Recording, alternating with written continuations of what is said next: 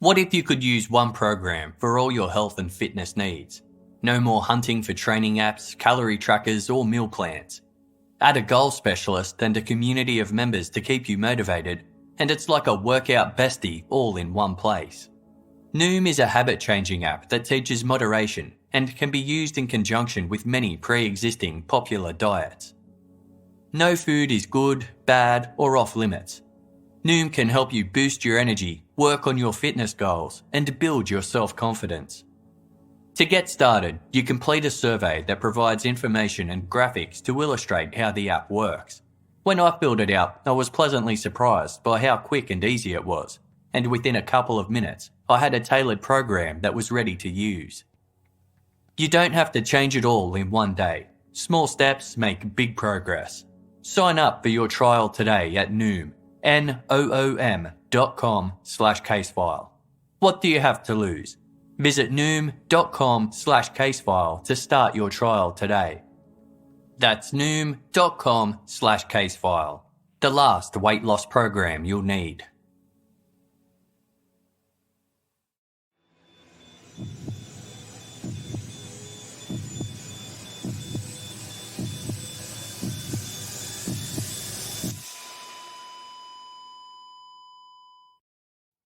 Our episodes deal with serious and often distressing incidents. If you feel at any time you need support, please contact your local crisis centre. For suggested phone numbers for confidential support, please see the show notes for this episode on your app or on our website. To protect the identity of certain witnesses, some names in this episode have been changed.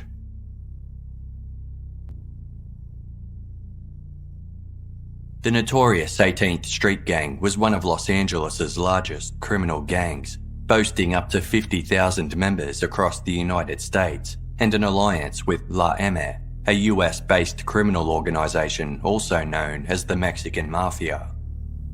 In the early 1980s, a rebellious group broke away from 18th Street and formed the Vineland Boys, named after Vineland Street in North Hollywood, where some of the crew played football. Their defection was considered a betrayal by the 18th Street Gang, resulting in a deadly, decades-long conflict between the two groups. In the 1980s and 90s, LA street gangs with Latin American origins were expected to comply with conduct laid down and enforced by La M.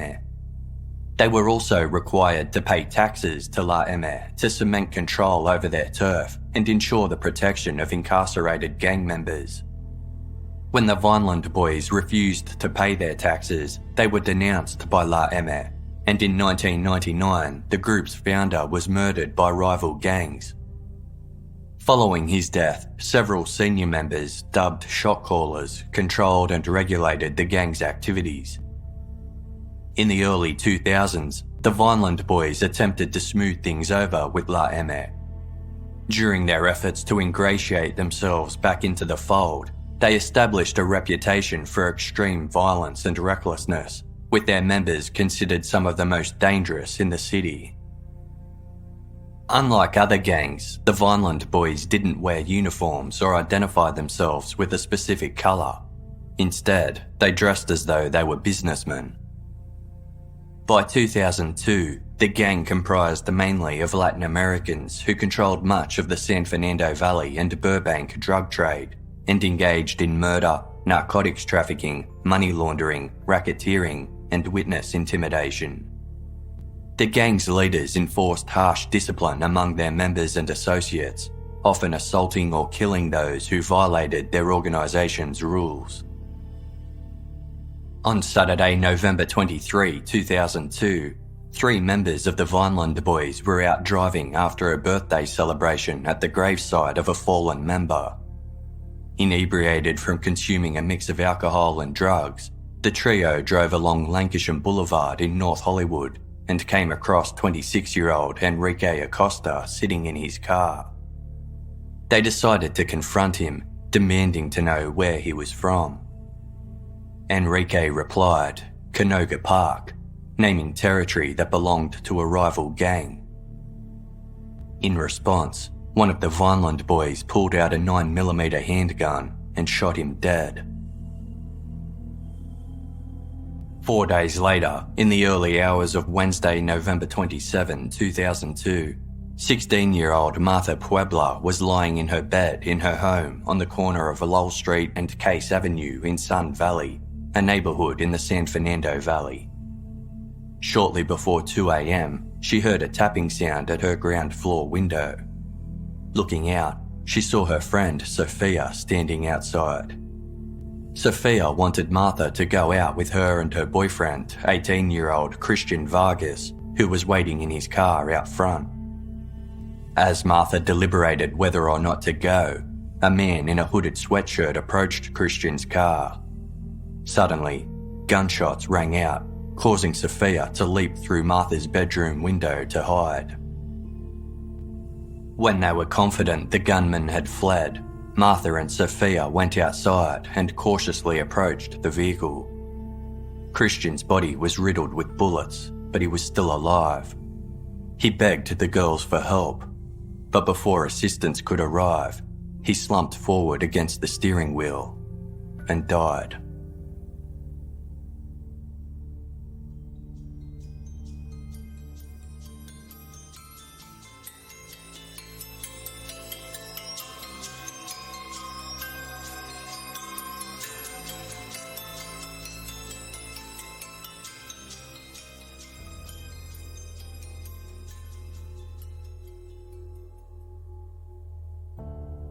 Martha and Sophia appeared to be the only witnesses to the shooting of Christian Vargas. When police arrived at the scene, they separated the two young women, with homicide detectives Martin Pina and Juan Rodriguez taking responsibility for the investigation. Sophia claimed that as soon as they heard the gunfire, Martha had cried out. It was Peps. Peps was the nickname of 19-year-old Jose Ledesma, Martha's ex-boyfriend, and a member of the Vineland boys. Martha denied making this statement, telling the detectives that she hadn't seen the gunman and had merely speculated whether the assailant was one of the Vineland boys. Aware that the gang sought vengeance against police informants, Martha remained cautious and offered little information to the investigators. Nevertheless, Detectives Pina and Rodriguez were familiar with the Vineland boys and considered Jose Ledesma a strong lead. The 19-year-old was already wanted for questioning in relation to the murder of Enrique Acosta 4 days earlier, and bullet casings found at both crime scenes had been fired from a 9mm semi-automatic handgun. A search of Ledesma's house was conducted that night. He wasn't home, but police found a loaded assault rifle hidden beneath a mattress, as well as letters from incarcerated members of the Vineland boys. Police were told that Ledesma was currently with another Vineland member, 24-year-old Mario Catalan, who was also a suspect in Enrique Acosta's murder. When word reached Ledesma that police had searched his home, he, Catalan, and Catalan's girlfriend fled south across the border into Mexico in an attempt to gather funds for Ledesma's defense attorney. 2 days later, Mexican police were called to a dispute at a motel in the city of Tijuana, 129 miles south of LA. There, they found a heavily intoxicated Jose Ledesma, along with Mario Catalan, who was assaulting his girlfriend. She told the police that her 2 male companions were wanted for murder in the United States. A 9mm semi-automatic handgun was found in their vehicle, and Catalan had $3,200 in cash on him, which police believed he planned to use to bribe Mexican officials to protect him from extradition. Both Ledesma and Catalan were immediately escorted back to Los Angeles and taken into custody. That night, Detectives Pina and Rodriguez interviewed Ledesma about the murders of Enrique Acosta and Christian Vargas. He didn't request a lawyer, instead giving flippant, profanity-laden answers while flatly denying any involvement. Certain he was the culprit, the detectives tried all their usual methods of interrogation, but LA gang members were loyal, tight-lipped, and notoriously hard to crack. Ledesma simply insisted, "You got the wrong person, buddy." Detective Pinner told him they had multiple witnesses who were willing to testify that he had shot Christian Vargas. One was Ledesma's ex-girlfriend, Martha Puebla, who had told police that he had been on his way to visit her the night of the shooting. Ledesma maintained his innocence, claiming he didn't know anyone named Martha. Detective Pinner then produced what is known as a six-pack, a photographic lineup of 6 individuals with similar features to their prime suspect.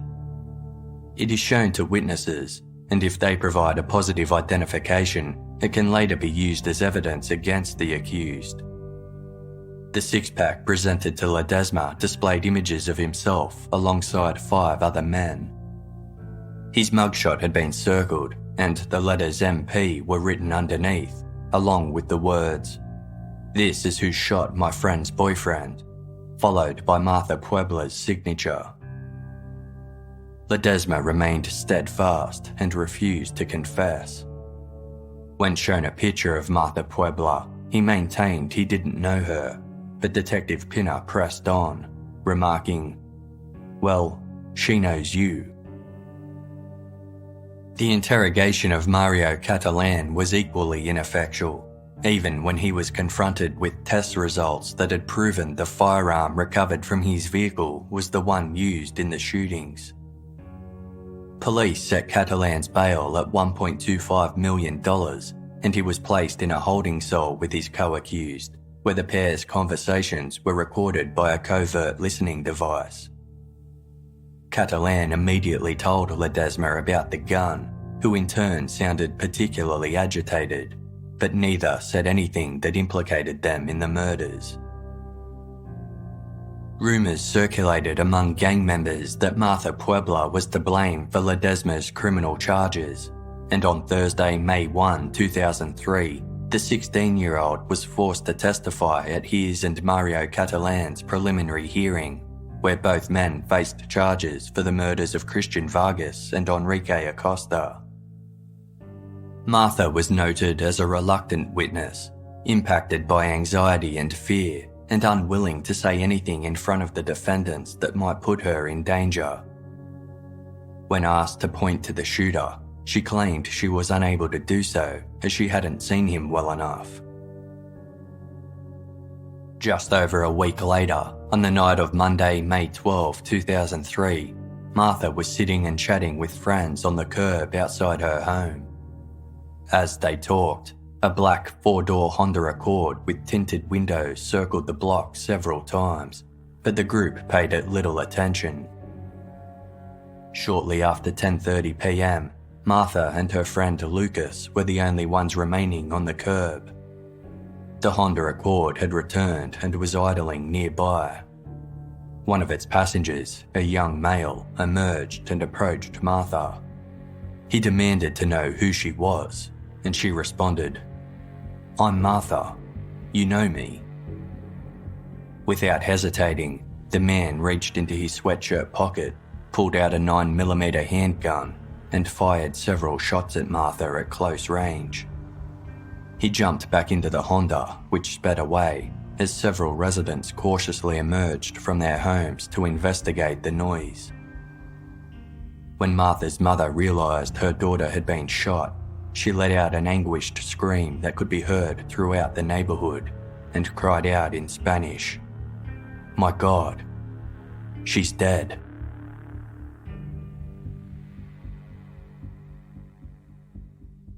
Police cordoned off Lull Street, and as one officer comforted Martha's parents, he recognised her name and contacted Detective Martin Pinner to inform him that one of the key witnesses in his case against Jose Ledesma was now deceased. Detective Pinner and his partner, Detective Juan Rodriguez, were convinced that Martha was either murdered in retaliation for testifying at Ledesma's preliminary hearing, or to ensure she wouldn't be able to give evidence once the case proceeded to trial. The slaying would also serve as a powerful warning to other potential witnesses to reconsider cooperating with law enforcement.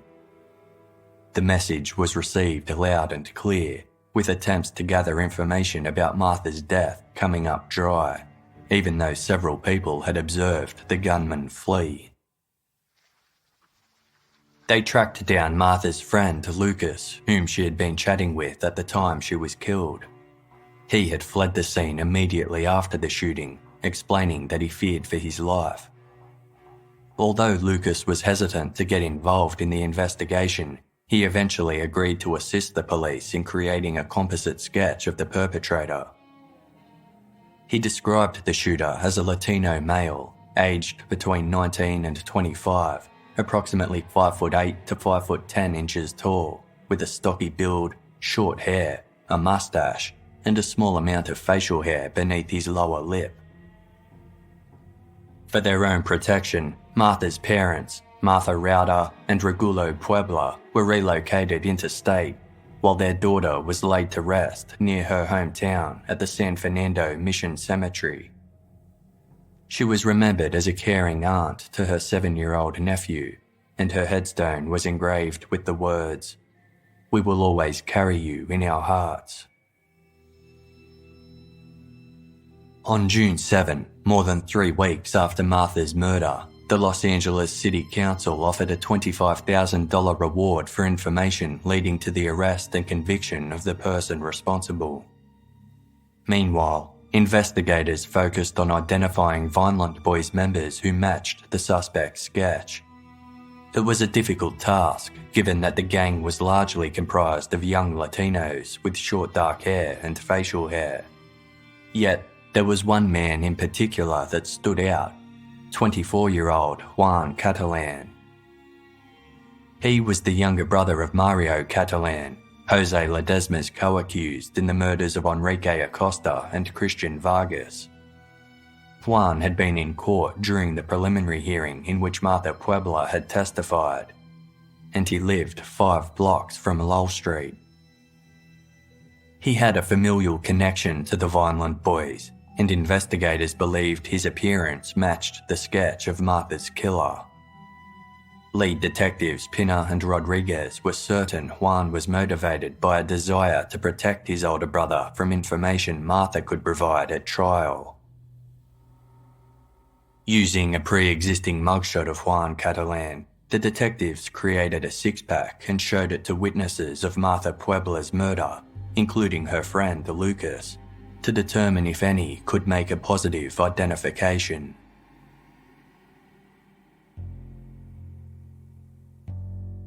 Juan and Mario Catalan had always been close. The brothers were raised in Sun Valley, where they were expected to follow in the footsteps of their hard-working father, who owned a machinery store. By the time the siblings were in their teens, Juan dropped out of high school to work for the family business as expected, but Mario had started associating with criminals and participating in illicit activities. Intrigued by the loot his older brother would bring home from his crime sprees, Juan agreed to act as Mario's getaway driver, a decision which landed him in jail. Prison rattled Juan, and he was determined never to return. Therefore, when Mario joined the Vineland Boys, Juan didn't follow suit. Instead, he continued working with his father and started a family with a woman named Alma. Their relationship was punctuated with disputes, and by the time their 2 daughters were aged 4 and 6, the couple were living apart, though refused to give up on their relationship. At 6 a.m. on Tuesday, August 12, 2003, Alma drove Juan to work while the couple's 4-year-old daughter sat in the back seat. When Alma stopped the car, 3 vehicles appeared and parked crossways in front of them, cutting off their path. Juan exited the vehicle and was immediately swarmed by 10 armed undercover police officers who ordered him to get on his knees. He complied and was then pinned to the ground and taken into custody. Juan was driven to a North Hollywood police station where he was kept in a cell for several hours before being led into an interview room to be questioned by detectives Pina and Rodriguez. He asked why he had been taken into custody, but both detectives insisted that he knew exactly why. When asked about his whereabouts 3 months earlier on the night of May 12, 2003, Juan said he couldn't recall. The detectives then reminded him of his right to remain silent and informed him that he was under arrest for the murder of 16-year-old Martha Puebla. Juan was told he resembled the composite sketch of Martha's killer and that witnesses had identified him as the gunman.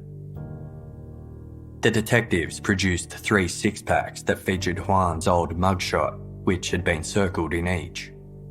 Written in Spanish underneath one were the words, "This is the guy who I saw doing the shooting," accompanied by a signature. Detective Rodriguez remarked, "You see, the pictures don't lie."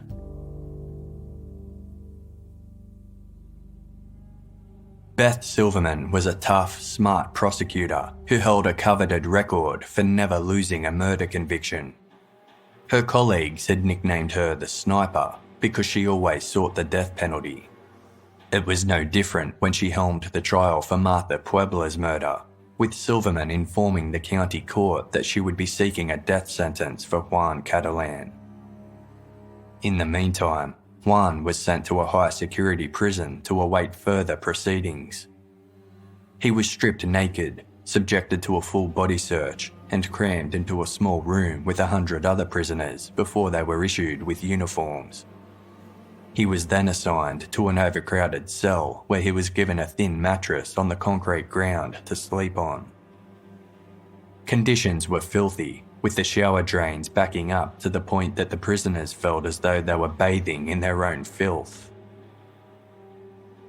A cousin of Juan's was employed as a filing clerk for a law firm and would often rave about one of the office's criminal defense attorneys, Todd Melnick.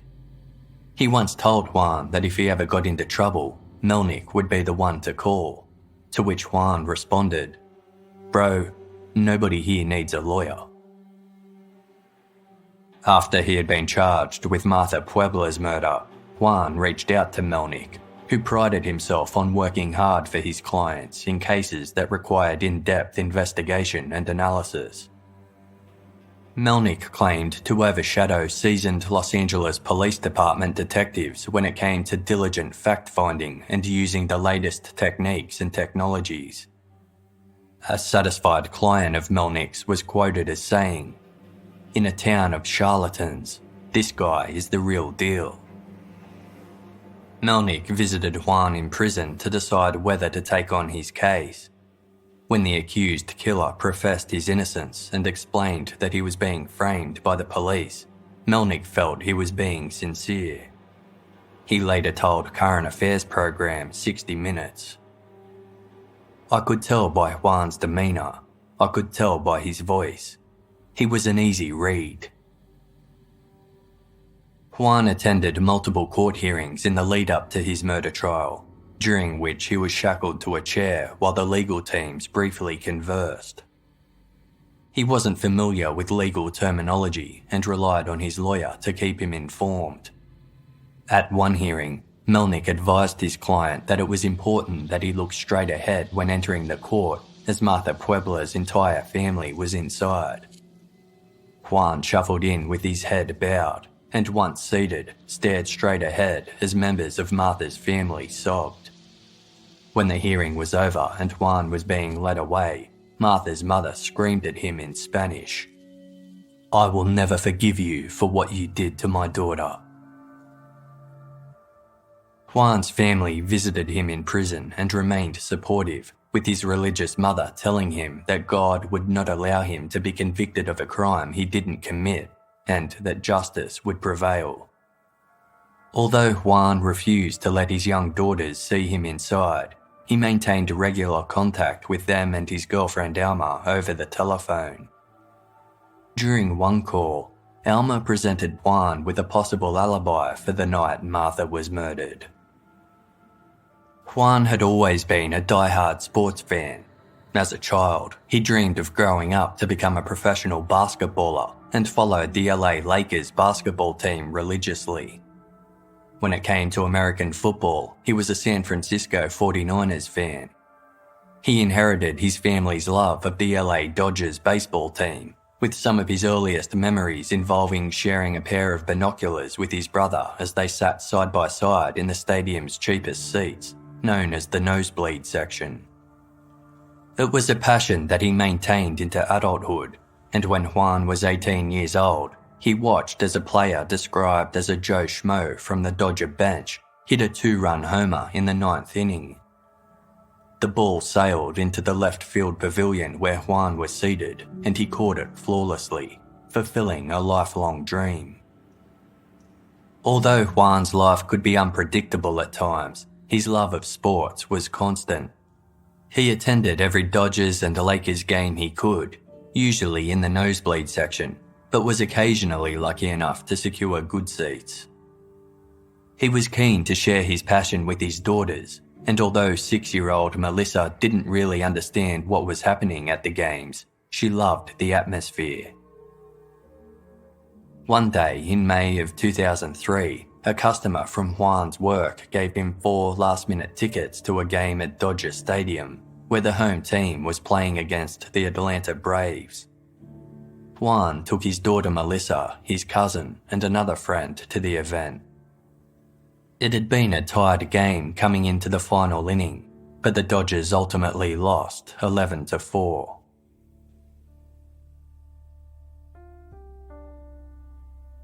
Juan kept all the sporting memorabilia and souvenirs from the games he attended, and was certain he retained the ticket stubs from the match. He gave Alma a list of places he thought they might be, but she was unable to find them. Todd Melnick instructed her to turn her entire apartment upside down if she had to, and in a dresser drawer, she found 2 ticket stubs to the Dodgers vs Braves game which took place at Dodger Stadium on May 12, 2003. Melnick warned his client that the tickets alone wouldn't be enough to secure his release. All they proved was that somebody had been at the game that night, but not necessarily Juan himself. Juan's cousin and friend who joined him at the game both vouched for his presence, but Melnick didn't consider them to be reliable witnesses for the defense. The tickets featured seat numbers, so Melnick visited Dodger Stadium and was given access to footage captured by a video recording system known as Dodger Cam. It constantly panned the crowd and projected real-time footage onto the large display screens within the stadium. Melnick watched the footage taken on May 12, 2003, pausing frame by frame whenever the camera passed the area where Juan allegedly sat with his daughter. Melnick could make out 2 occupants in the seats, but the footage was too blurry to make a positive identification.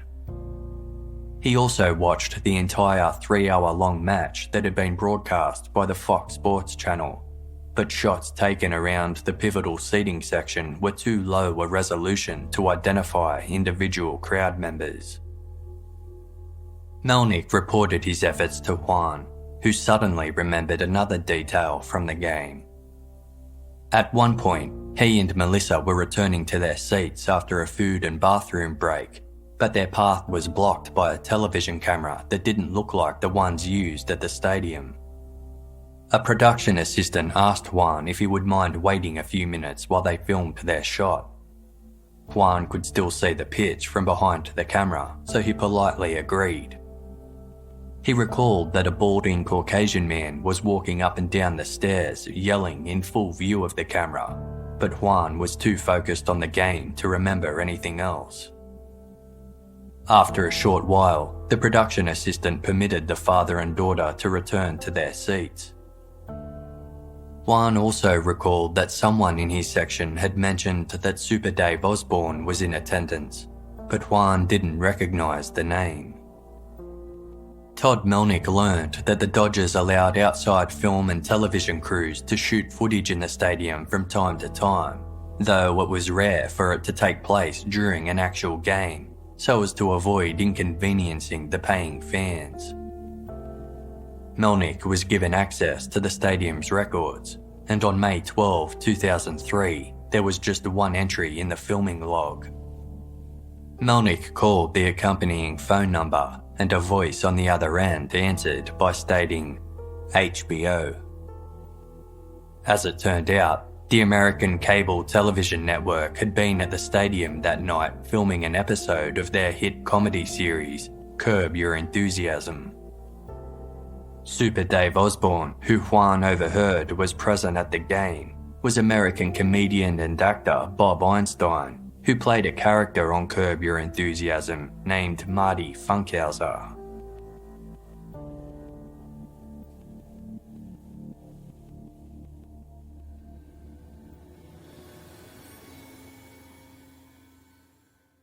Quip, makers of the Quip electric toothbrush, want you to know the one single discovery that matters most for your dental care. It's simply this, that if you have good habits, then you're all good. That means brushing for 2 minutes twice a day and flossing regularly, no matter what brand you use. Quip makes it easy to stick to that routine with their electric toothbrush, refillable floss, and anti-cavity toothpaste. Their brush has sensitive sonic vibrations with a built-in timer and 30-second pulses to ensure a full and even clean. The Quip floss dispenser comes with pre-marked string to help you use just enough. Plus, Quip delivers fresh brush heads, floss and toothpaste refills to your door every 3 months via free shipping to keep you on track. Join over 3 million healthy mouths and get Quip today, starting at just $25. And if you go to getquip.com/casefile right now, you'll get your first refill free. That's your first refill free at getquip.com/casefile. Spelled getquip.com/casefile. Quip, the Good Habits Company. It's not always easy to confide in family and friends, and the best advice comes from people who are unbiased. Talkspace Online Therapy matches you with a licensed therapist trained to be an active, non-judgmental listener. With therapy, there's no one-size-fits-all. That's why Talkspace therapists are trained in more than 40 specialties. You'll get stress management techniques, communication skills, and practical tips to help you feel your best. Your therapist will never bring opinions to the table, so you can freely share what's on your mind.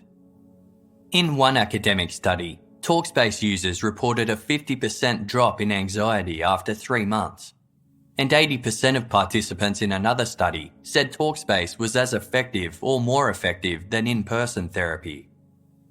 We all need help navigating life's ups and downs. Talkspace offers the support you need at an affordable price. Listeners of Casefile can get $100 off their first month by using code CASEFILE at Talkspace.com. Match with a therapist for a fraction of the price of traditional therapy at Talkspace.com or download the app. Make sure to use code CASEFILE to get $100 off your first month. That's Talkspace.com, promo code CASEFILE. Native makes safe, simple, effective products that people use in the bathroom every day. Their toiletries combine trusted ingredients with trusted performance. Native deodorants are free from aluminium, parabens, and talc.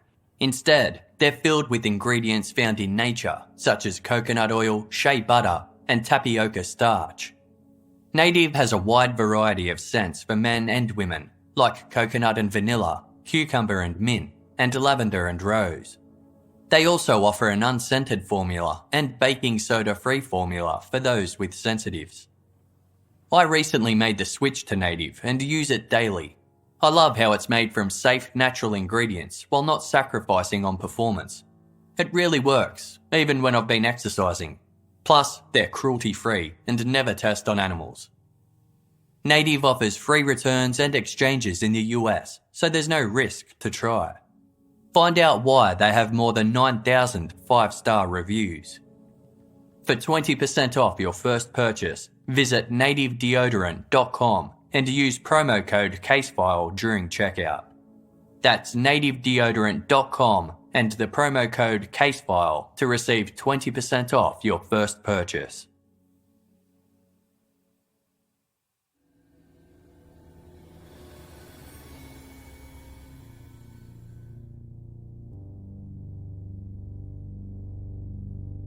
Curb Your Enthusiasm is a high-budget comedy series produced by and starring American comedian Larry David. Larry is best known as the co-creator of popular 90s sitcom Seinfeld and is rumoured to have been the inspiration for the show's neurotic and petty character of George Costanza. In Curb Your Enthusiasm, Larry plays a fictionalised version of himself, with all his neuroses and quirks exaggerated for comedic effect. The show premiered on October 15, 2000 and follows Larry, a semi-retired television writer and producer in Los Angeles, focusing primarily on the many faux pas he makes when faced with certain social conventions and expectations. When Todd Melnick contacted HBO to request the footage taken in Dodger Stadium on May 12, 2003, he was met with reluctance. That particular episode of Curb Your Enthusiasm hadn't aired yet and was scheduled to premiere the following spring. HBO was strict about pre-production footage being viewed by anyone outside the network, but Melnick explained the situation and pressed executives, stating it was a matter of life or death.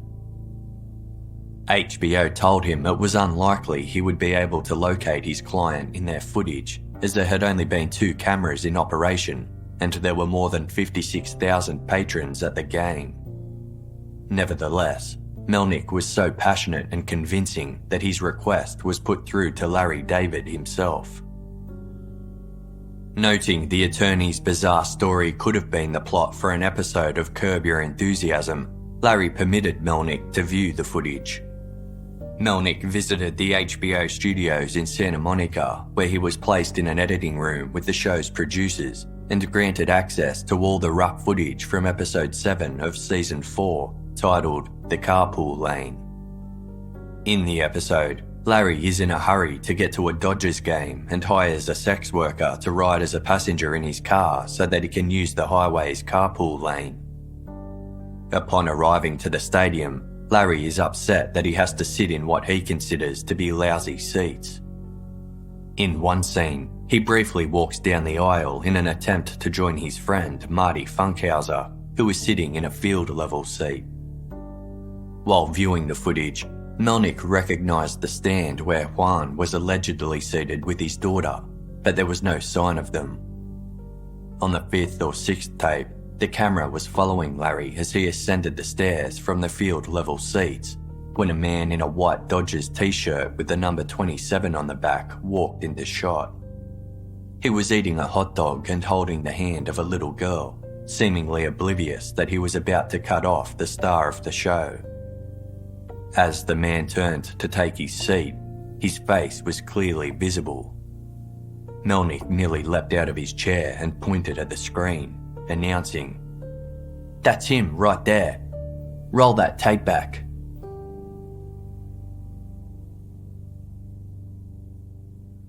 Despite the breakthrough, the footage was timestamped at 9:10 p.m. Lull Street was a 16-mile northwesterly drive from Dodger Stadium, and the journey typically took upwards of 30 minutes, notwithstanding inner-city baseball game traffic. As Martha Puebla was killed an hour and 20 minutes later at 10:32 p.m, Melnick knew the prosecution could argue it was possible that Juan had left the stadium before the game ended, shortly after 10 p.m, to carry out the shooting. Complicating matters was the fact that Juan himself had even admitted to being on Lull Street 10 minutes after Martha's murder. He was dropping off his cousin after the game, who lived 150 yards away. However, he insisted he would never have left the game early when it was a tie going into the 9th inning.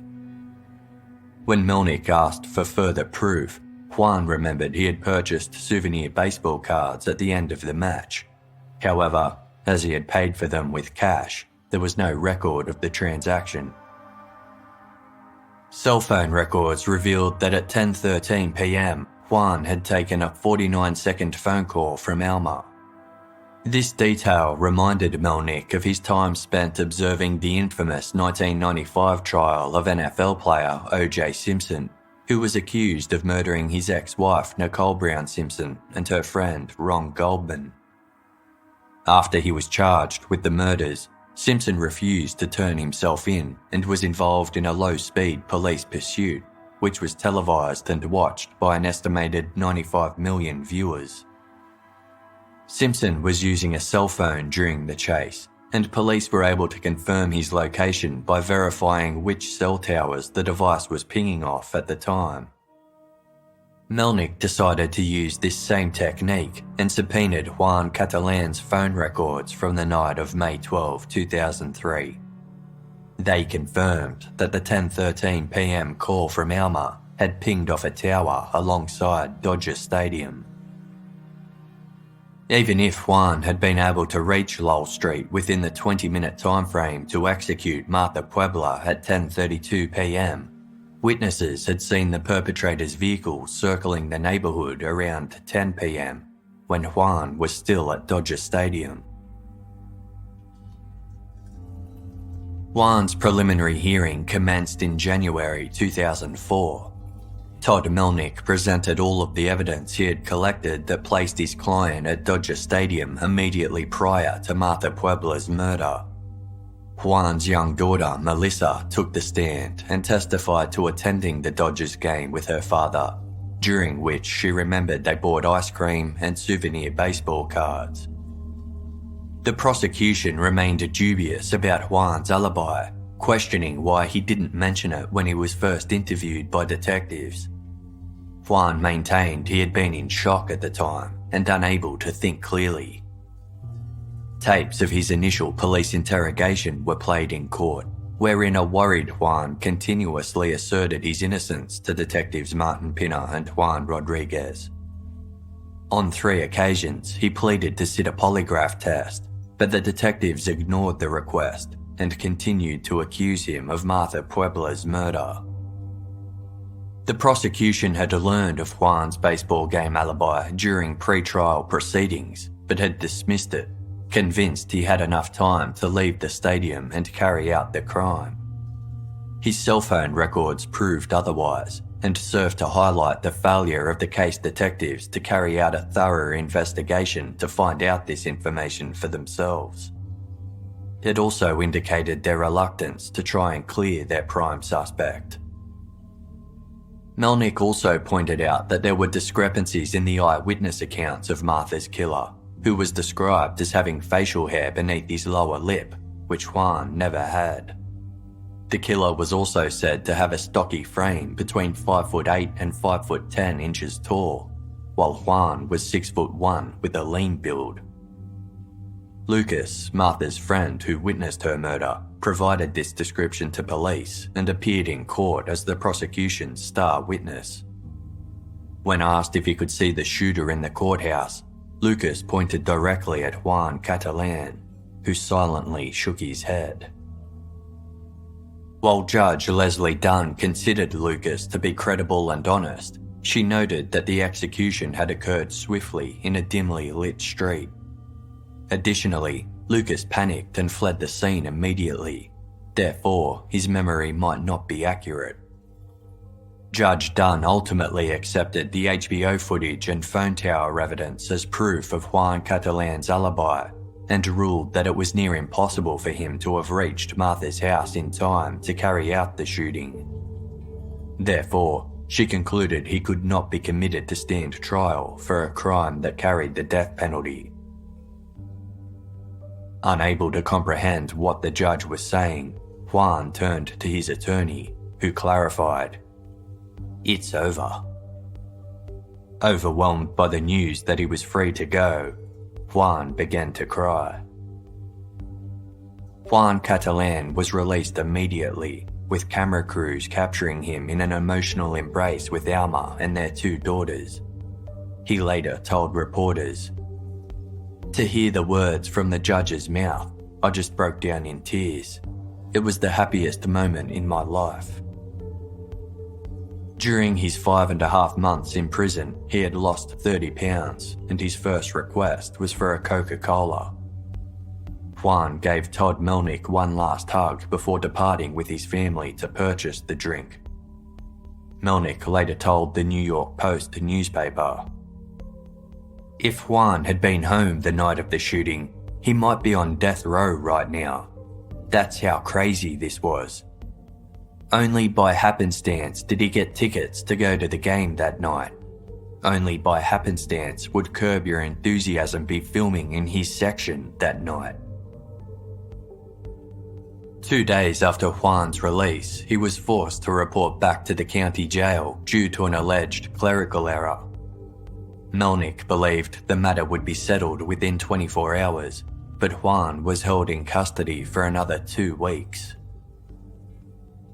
After his release, Juan purchased the box set of Curb Your Enthusiasm. Although he had since become a fan of the sitcom due to the impact it had on his life, he was embarrassed to admit that before his ordeal, he had never heard of it or Larry David. Juan stated, "From getting the tickets on the day of to being caught on camera, what are the chances that out of 56 to 58,000 seats, they're filming on my aisle? I look at it like I did win the lottery because I got a new opportunity at life with my family. I'm so happy and grateful for that." Larry David later reflected on the vital role his show played in securing Juan's freedom, remarking, "I tell people that I've done one decent thing in my life, albeit inadvertently." Juan and Larry eventually met, and after being warned the comedian was a germaphobe, Juan was pleasantly surprised when Larry shook his hand. Although Juan's release was a positive outcome for him and his family, it was devastating for Martha Puebla's parents.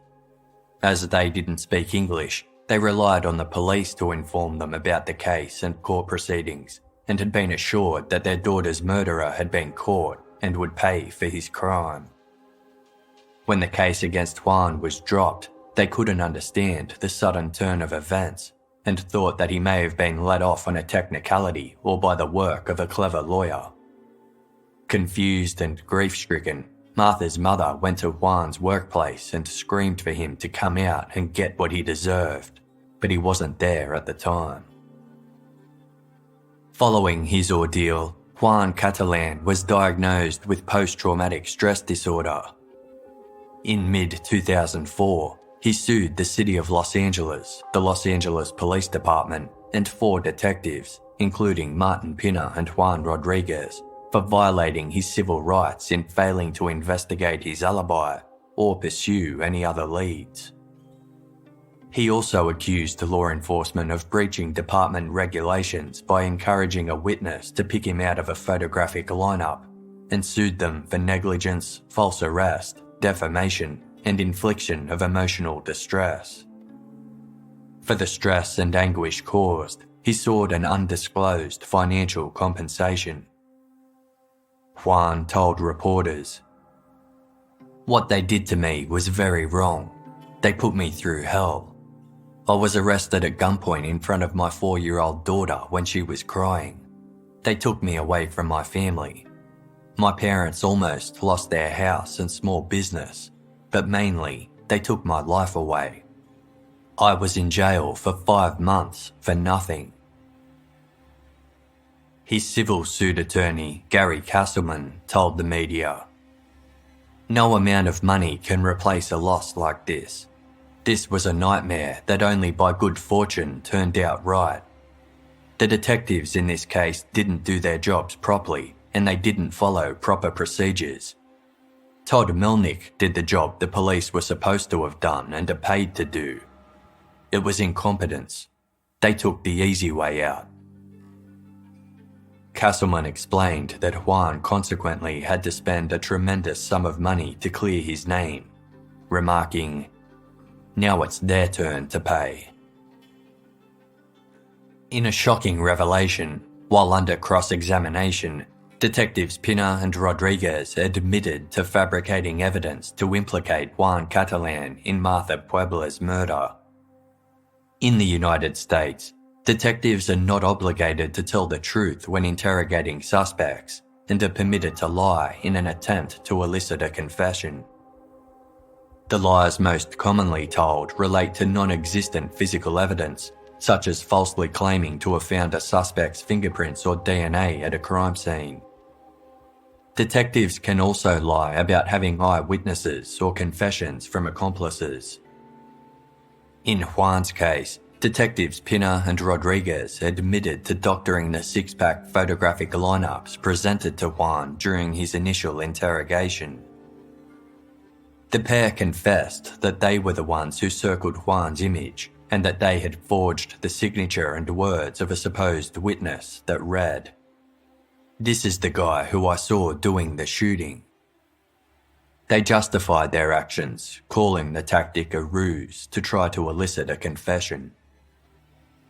Detectives Pina and Rodriguez remained on the homicide squad throughout the long and drawn-out civil suit. Martha Puebla's case technically remained open, but little was done to investigate it, as the police still believed in Juan's guilt. After 3 years, the civil suit finally reached its conclusion in March 2007. The court found that the detectives had probable cause for arresting Juan and had acted in good faith when they tricked him into thinking witnesses had identified him as the killer through the doctored six-pack. Juan was awarded $320,000, an amount considered by some to be woefully inadequate. Although Juan could have continued to fight the city of Los Angeles for an improved outcome, he decided against appealing, as there was a possibility he could lose his compensation altogether. In January 2005, prosecutors began trial preparations for Vineland Boys gang member Jose Ledesma for the 2002 murders of Christian Vargas and Enrique Acosta. During this time, Spanish-speaking police officers were asked to listen to original recordings of several telephone calls Ledesma had made from prison following his arrest. In late 2002, Ledesma called a man he referred to as Cokester, asking, "Do you know the slut that lives by my house? Her name starts with an M. I need her to disappear. She's dropping dimes. But keep a low profile. Stay on your toes, homie, and don't get caught." Cokester was a fellow Vineland Boys member named Javier Covarrubias. Covarrubias agreed to orchestrate the killing Ledesma had requested and persuaded two other gang members, Raul Robledo and Luis Sandoval, to assist. The men visited a firing range to test a gun they considered using to carry out the execution, but deemed it unacceptable and chose a 9mm handgun instead. Police had been completely unaware that the order to kill Martha Puebla had been recorded months before her death. During their calls, Ledesma and Covarrubias had communicated in a mix of English and Spanish. At the time, authorities employed an external company to translate and transcribe the recordings twice, but they had done so poorly, and their transcriptions were difficult to comprehend. It wasn't until over 2 years later, when Spanish-speaking officers listened to the raw audio of the calls themselves, that their significance was fully realised. Not only did they implicate Ledesma and the Vineland Boys in Martha Puebla's murder, but they completely vindicated Juan Catalan, who wouldn't have been arrested and charged had the tapes been heard properly in 2002. They also revealed that 18 days after Martha's murder, Ledesma phoned a different associate and used coded language to request that fellow gang member Carlos Casillas kill another teenage girl who was also acting as a police informant. While Jose Ledesma awaited trial, an 18-month investigation into the Vineland Boys came to an end. The inquiry stemmed from a 2003 incident in which a gang member shot and killed 26-year-old Burbank police officer Matthew Pavelka and seriously injured his partner, Gregory Campbell. Matthew's murder prompted law enforcement to take action in dismantling the Vineland Boys. Task Force Operation Silent Night was created, consisting of 1,300 officers from various local and federal departments and agencies. More than $1 million, 75 firearms, and 300 pounds of cocaine, heroin, and amphetamines were confiscated from the gang. 23 Vineland Boys members were arrested, with Jose Ledesma and Javier Cokester Covarrubias among those who were charged. The gang members faced a 56-count federal indictment for crimes committed over a 10-year period, including charges for racketeering and violating federal drug and weapon laws. Burbank Police Chief Thomas Hofel told reporters, "It is the ultimate affront to attack and kill those that protect others. The gang has terrorized people of Burbank for years. Today is Armageddon. They will have new turf to defend in the federal prison system." In January 2008, nearly 5 years after Martha Puebla's murder, Jose Ledesma struck a plea deal with the city of Los Angeles to avoid the death penalty. He confessed to the murders of Enrique Acosta and Christian Vargas and admitted to soliciting the murders of both Martha Puebla and another teenage witness. Fellow Vineland Boys members Javier Covarrubias and Raul Robledo pleaded guilty to locating and killing Martha Puebla under Ledesma's instructions, with Robledo confessing to pulling the trigger. Ledesma, Covarrubias and Robledo were each sentenced to life in prison. A fourth gang member, 22-year-old Luis Sandoval, who allegedly drove the men to Martha's home, was also charged. During the court proceedings, Martha's parents received assistance from a translator, and for the first time, they learned of the role that detectives Martin Pina and Juan Rodriguez had played in their daughter's death. Just as they had done in their effort to elicit a confession from Juan Catalan, it was revealed that the detectives had also falsified the six-pack used during their interrogation of Jose Ledesma. Despite the obvious danger it presented to Martha Puebla, detectives Pina and Rodriguez had circled Ledesma's photo and forged Martha's signature, along with the message, "This is who shot my friend's boyfriend." Ledesma was convinced that the identification was genuine and that Martha was a police informant. But in reality, she had been so fearful of the Vineland Boys that she'd protected Ledesma, refusing to offer any information to police or in court that might implicate him. The gang murdered Martha 11 days after she reluctantly testified at Ledesma's preliminary hearing. On May 13, 2008, Martha's parents filed a complaint against the City of Los Angeles, Police Chief William Bratton, and detectives Martin Pina and Juan Rodriguez. They claimed that police had deliberately withheld information that Martha was being used as bait in their investigation, and that her murder was a foreseeable result of their actions. The complaint's proceedings dragged out for 2 years, with a variety of lawyers working for Martha's parents on a no-win, no-fee basis. Police maintained that Martha and her family had been offered protection, but had turned it down. One officer testified that he recalled hearing a discussion about the subject, but was unsure what came of it. Martha's parents denied this, which was backed by a detailed log the detectives kept of their investigation. It contained no record of them having contact with Martha's family after they showed the doctored six-pack to Ledesma. The family's lawyer told the court, "Martha Puebla was murdered because the LAPD put a bullseye on her back by telling a gang member that she was a snitch." In return, the lawyer representing the City of Los Angeles and the LAPD claimed it was Martha's testimony at Ledesma's preliminary hearing that led to her murder. Even though Martha didn't accuse Ledesma in court, she had testified to other information, such as his gang affiliation, which would have been enough for the Vineland Boys to seek retaliation. In April 2010, a jury found that detectives Pina and Rodriguez had acted negligently, maliciously, and recklessly and had violated the due process rights of Martha and her parents. Their negligence was determined to be a substantial contributing factor in Martha's death, but the jury found that Martha and her parents had also acted negligently. They apportioned 20% of the responsibility for Martha's death to the detectives, and the remaining 80% to Martha and her parents. For the wrongful death of their daughter, Martha's parents were awarded a total of $1 in compensation.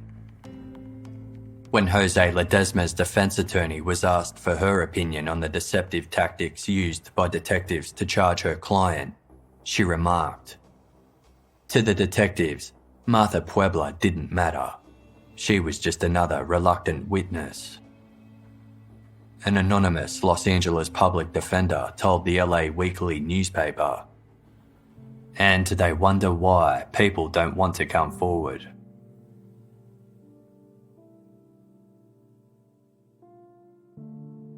Neither detective was formally penalised for their conduct, and both remained in the LAPD.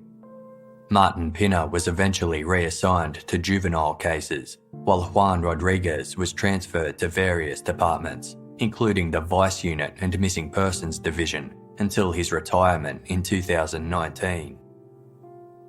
Lying to suspects to elicit a confession is still permitted in the United States, although the treatment of Martha Puebla and Juan Catalan has raised some concerns about the use of such tactics. In response to a feature article on the case published by the Los Angeles Times in July 2008, the LAPD announced they would be making changes to their training.